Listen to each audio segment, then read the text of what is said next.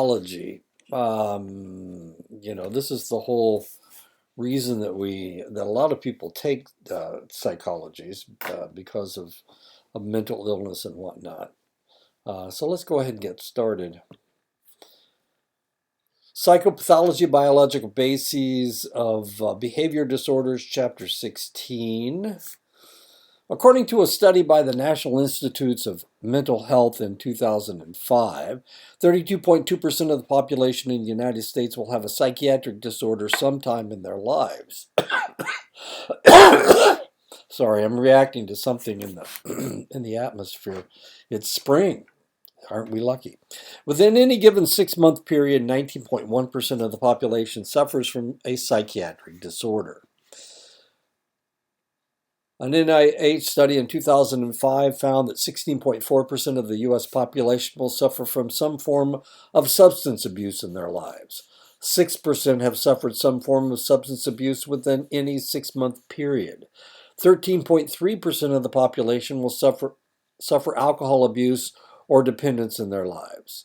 4.7% have suffered alcohol abuse or dependence within 6 months. 5.9% of the U.S. population will suffer from drug abuse or dependence in their lives. 2% have suffered from some form of drug abuse or dependence within any 6-month period. 1.5% of the U.S. population will suffer from schizophrenia in their lives. 0.9% have suffered some form of schizophrenia within any 6-month period. 8.3% of the U.S. population will suffer from an affective disorder, manic or depressive episodes in their lives. 5.8% have suffered some form of affective disorder within any 6-month period. 0.8% of the U.S. population will suffer from a manic episode in their lives. 0.5% has suffered some form of manic episode within any 6-month period. 5.8% of the U.S. population will suffer from a major depressive episode in their lives. 3% have suffered some form of major depressive episode within any 6-month period. 33% of the U.S. population will suffer from minor depression in their lives. An undisclosed number will suffer from some form of minor depression within any 6-month period. 14.6% of the U.S. population will suffer from an anxiety disorder in their lives. 8.9% have suffered some form of anxiety disorder within any 6-month period. 12.5% of the U.S. population will suffer from a phobia in their lives. 7.7% have suffered some form of phobia within any 6-month period. She's obviously afraid of butterflies. 1.6% of the U.S. population will suffer from a panic disorder in their lives. 0.8% have suffered some form of panic disorder within any 6-month period. 2.5% of the U.S. population will suffer from an obsessive-compulsive disorder in their lives. 1.5% have suffered some form of obsessive-compulsive disorder within any 6-month period. A study by Kessler and his colleagues in 1994 disclosed that almost half the population will suffer from a psychiatric disorder in their lifetime. 30% of his respondents reported a psychiatric disorder within the previous 12 months of the survey. At the turn of the 20th century, 20 to 25% of all inhabitants of mental hospitals around the world suffered from delusions, grandiosity, and euphoria, poor judgment, impulsive and capricious behavior, and profound changes in thought structure. In 1911, this problem was identified as syphilis. Since the development of antibiotics, the number of people suffering from paresis, which is what these symptoms are, has been reduced to 0. And when we talk about syphilis, we talk about a spirochete. This is a spirochete right here. As you can see, it's a spiral-shaped bacteria. Here it is. This is what beta strep group A looks like these, and gonorrhea looks like these. Well, actually, these are diplococci. That's Neisseria gonorrhea right there. I can't identify these guys.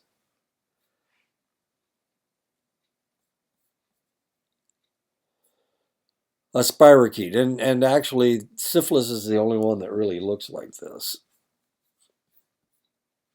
Not that easy to find, actually. I've looked for it. Most psychologists consider schizophrenia the most serious of mental disorders. Schizophrenia is known as in every culture around the world. 1 to 2% of any population will suffer from the symptoms of schizophrenia. While the description of the symptoms of schizophrenia has changed over the years, the symptoms themselves have remained basically the same. There are positive symptoms and negative symptoms. Positive symptoms means something has been added. Hallucinations, delusions, excited motor behavior.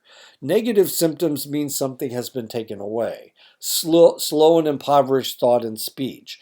Emotional and social withdrawal. Blunted facial expressions. Family studies, if schizophrenia is genetic, then relatives of schizophrenics should have a higher incidence of schizophrenia than the public at large. While the general population has a 1 to 2% incidence rate, parents have an incidence rate of 6%, siblings 9%, and half siblings 6%. The closer the relation, the greater the risk. And I think this is going to work. YouTube has been really slow today.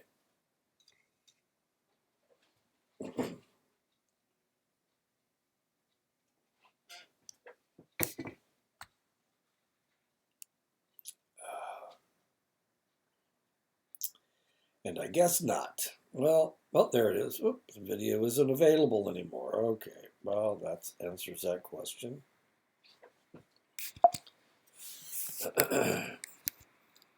So let's just get rid of this. There we go. There we are.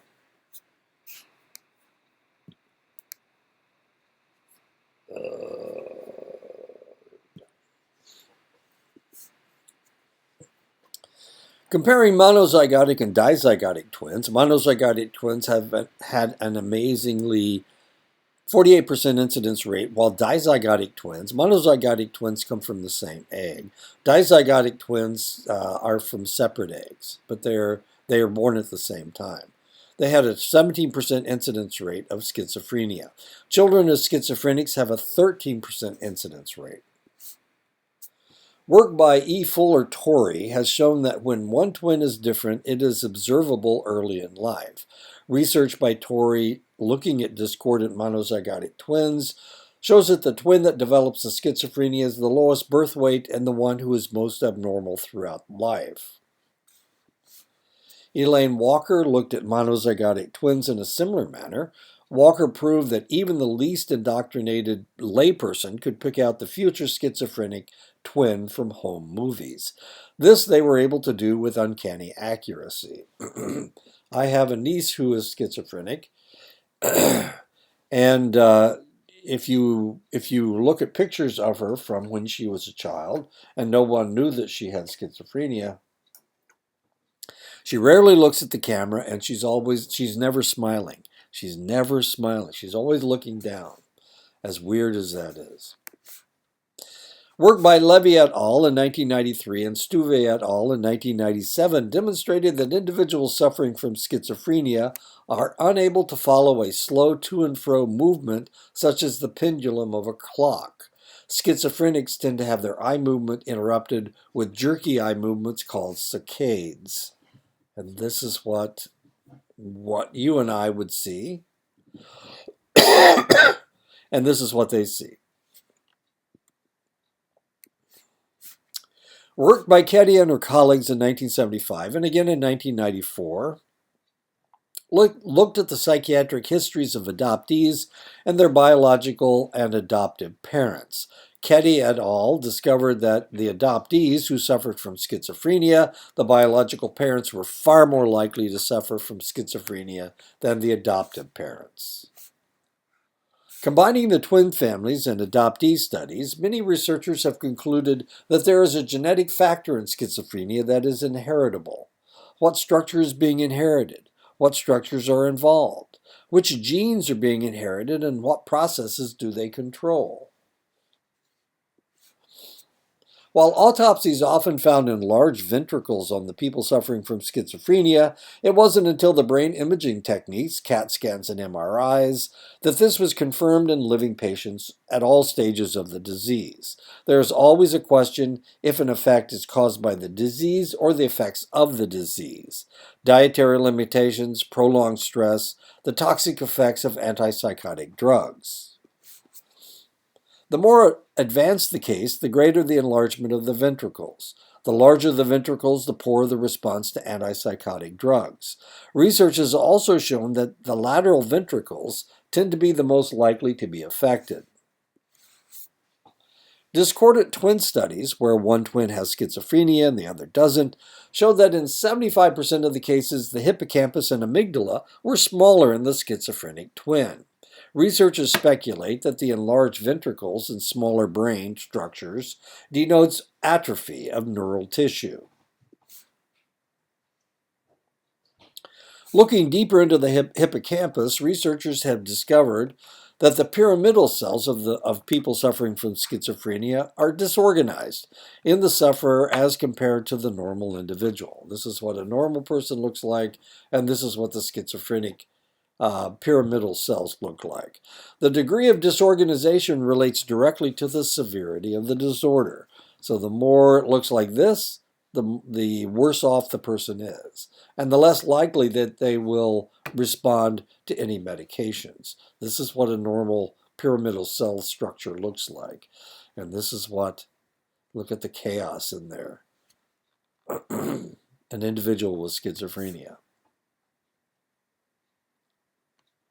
Here's your hippocampus. There's the structures we're talking about. And here's an organized pyramidal cells from the hippocampus. And this is a disorganized cells. That's one of the reasons why, if you've ever talked to somebody with schizophrenia, a lot of times you're having a conversation about something, then all of a sudden they just go off somewhere. They just go off on a tangent, talking about something that you haven't even discussed yet. Machon and her colleagues speculate that this derangement of the hippocampal pyramidal cells occurs due to maternal exposure to the influenza virus during the second trimester of pregnancy. That means that if somebody is born in the spring, the flu season is in the wintertime. So if the second trimester is in the winter, and somebody is born in the spring, they're more likely to have schizophrenia. Sorry about that, all you March, April, and May people. Looking at blood flow in the brain during the resting state, researchers have discovered that in the brain of schizophrenia sufferer, the left hemisphere is more active than the right hemisphere in the frontal lobe. PET scans indicate that people suffering from schizophrenia have less metabolic activity in their frontal lobe. There you go. And this is the frontal lobe right here.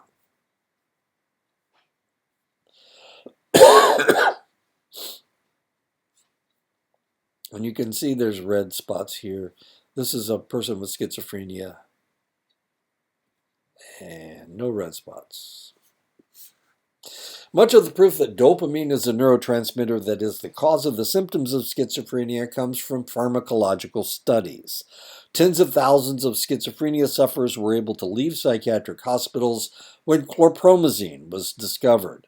Chlorpromazine and the phenothiazines block D2-type receptor sites.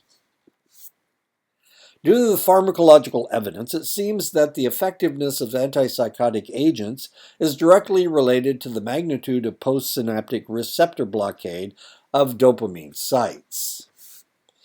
Parkinson's disease is caused by the degeneration of the nerve cells in the substantia nigra, which contain dopamine. When a patient is given too much L-DOPA to compensate for the lost dopamine, they develop schizophrenic-type symptoms. Some schizophrenic patients will develop Parkinsonian-type symptoms if over-medicated with phenothiazines. However, some schizophrenia sufferers treated with dopamine inhibitors do not respond. Recently, a new generation of antipsychotics have been developed that do not affect just dopamine levels, and they work. These new drugs are referred to as atypical, and there they are right there. You may have heard about these on television, especially Abilify, the Risperidol, Seroquel, Zyprexa. Zyprexa, I think they have an advertisement on television I've seen.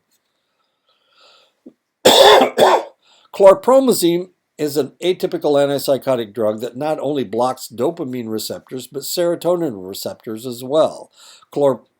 Clozapine actually seems to increase dopamine reception in the frontal cortex.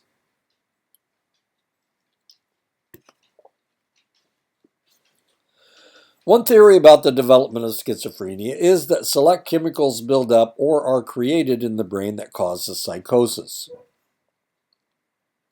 These substances are referred to as psychotogens, literally brain monsters.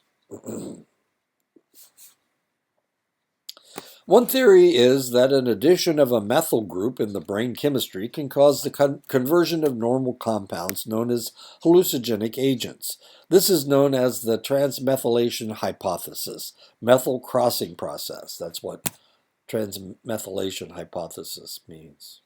Anyway.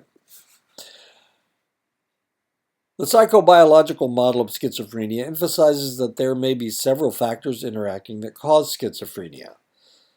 Each life phase of brain development provides potential triggers to the development of schizophrenia. People genetically predisposed with brain abnormalities may or may not experience the proper triggers in the correct sequence to create the conditions for schizophrenia. Viral illnesses such as influenza and inoculations may be part of the trigger. The stress of urban life as compared to rural life shows that more people per capita have schizophrenia in urban settings compared to rural settings. Thus, schizophrenia may emerge when the combination of life stressors are added to the neurologic triggers and the genetic brain abnormalities. Autism, a lifelong developmental disorder. Autism is a lifelong developmental disorder. It's characterized by impaired social interaction, impaired language, a narrow range of interests and activities. They may perseverate from persevere. The head nodding, ritualized finger movements, like this kid is putting his fingers together. They have difficulty judging other people's thoughts and feelings. Autism seems to have strong heritability. It occurs in 1 to 2 children per 1,000. It is far more common in males than females. A study by Rodier in 2000 demonstrated a common abnormal allele in the Hox gene of the 7th chromosome.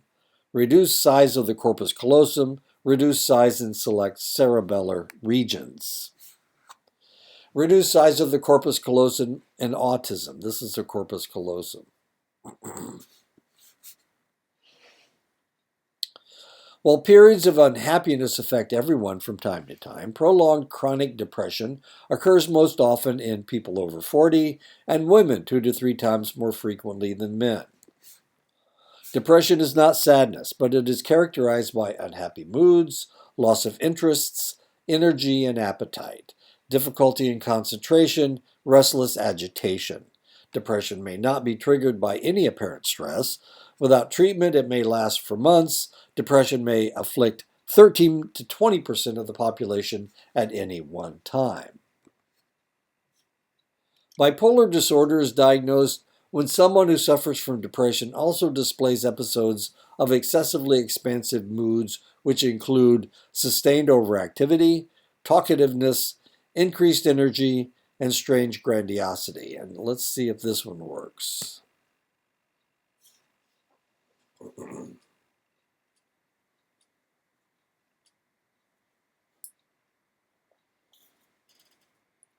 I think we're lucky.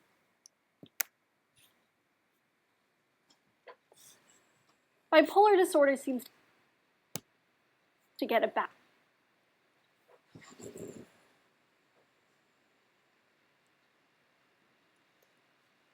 Okay, why is it buffering? And this has been doing this all day. I'm trying to download some things, upload my lectures, and it says it's got 2 hours. Uh, Sorry about that. My goodness. Depression may lead to suicide. Estimates are that 80% of the people who commit suicide are profoundly depressed.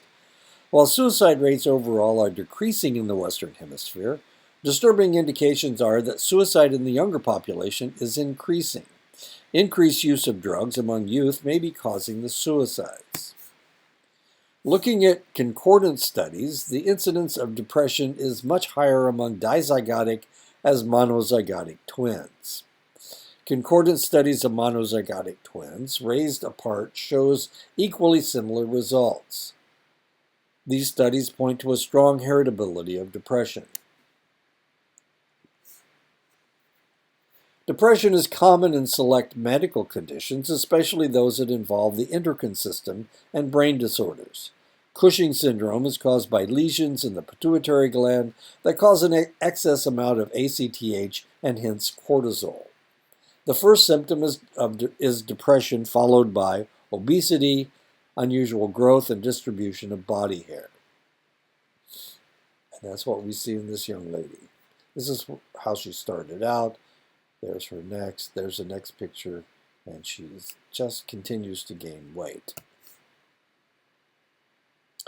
Parkinson's disease. 50% of the people who suffer from Parkinson's disease suffer from depression that can be attributed to no other symptom.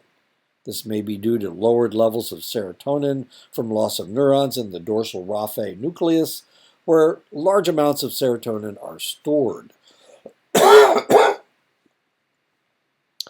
Respirine, a drug that increases monoamine oxidase and thus depletes serotonin and norepinephrine, causes profound depression. Some researchers have looked at these effects and pointed to increases in monoamine oxidase as the cause of depression. Electroconvulsive therapy, that's sending electric currents through the brain, also reduces depression by reducing biogenic amines.